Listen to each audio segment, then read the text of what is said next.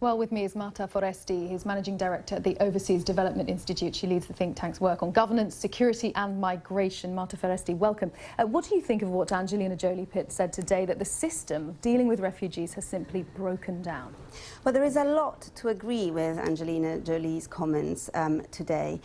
As you say, she pointed out that the system that exists, and there is a system on rules and laws and responsibility, has broken down because those rules and those laws are not being implemented and not being respected. So it has been broken down formally because the laws are not respected. It's also been broken down because pledges have been made, financial pledges, to support countries in the regions that are shouldering the responsibility of the Syrian refugees and others from the regions, have not been held. Is that because the system, the rules that were in place simply hadn't been able to predict what was happening now, the overwhelming magnitude of what's going on?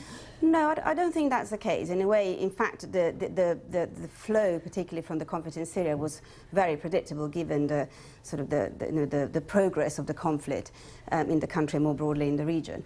I think the system has broken down because when there are international commitment, mutual responsibilities that states all over the world commit to each other to implement, and then they fail to do so and leave it to, as she said, a race to the bottom where every state tries to protect themselves, protect their border, is a failure of that sense of international commitment, international solidarity. Right, so you're saying that these promises that have been made, even in the face of knowing fully what is going on with Syria in particular, just simply aren't being kept? They aren't being kept, and more importantly, or equally importantly, this crisis of politics and crisis of solidarity also ends up being a very ineffective way of dealing with this crisis.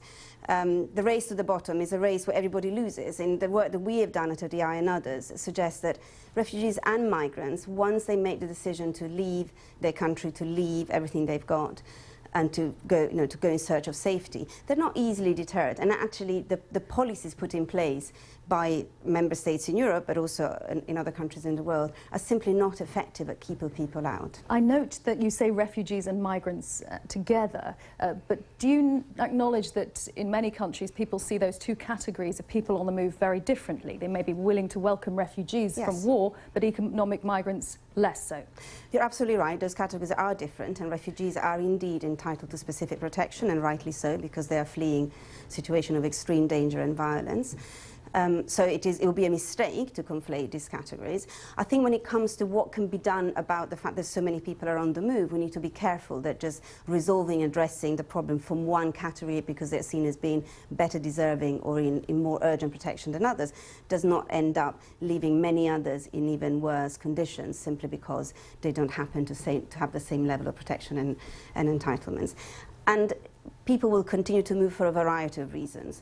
It will be for conflict, but it will also continue to be because of economic reasons and for aspirations and in search of a better life. And as we approach the questions of what to do about these, it's important to look for different solutions for different people, but also not to forget that there are migrants that are in equally dangerous situations sometimes. We will have to leave it there. Thank you very much. Plenty more to discuss on another day. Marta Foresti, thank you.